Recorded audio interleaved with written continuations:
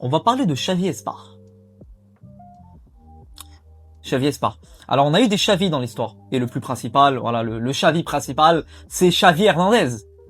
Le grand Xavi. Mais franchement, ce Xavi-là, il peut également avoir un nom dans le foot.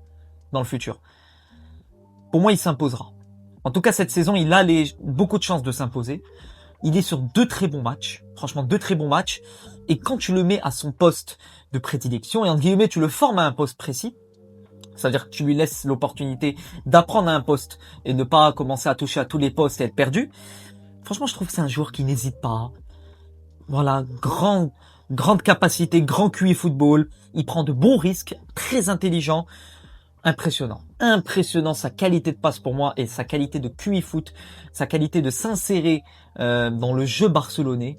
Il est juste extraordinaire. Extraordinaire encore une fois cette trouvaille. Mais qu'est-ce que vous leur donnez au petit-déj? Mais donnez-nous la recette, donnez-nous la carte, j'ai envie de lire les gars. Qu'est-ce que vous leur donnez au petit-déj? Pour qu'en 5 ans, vous sortez Yamal, Firmine, Xavi Espar, vous sortez qui d'autre? Attendez, je vais vous lire qui vous sortez. Koubarsi, Gérard Martin, Bernal. Mais à un moment, mais il faut nous donner la recette. Parce que oui, on parle de flics et tout, mais la Masia. Mais sans la Masia, je ne sais, il y aurait 80, enfin, j'abuse 80, 60% des joueurs actuels où il y aurait eu des manques côté Barça puisque tu as ces joueurs cadeaux, ils viennent de ta maison.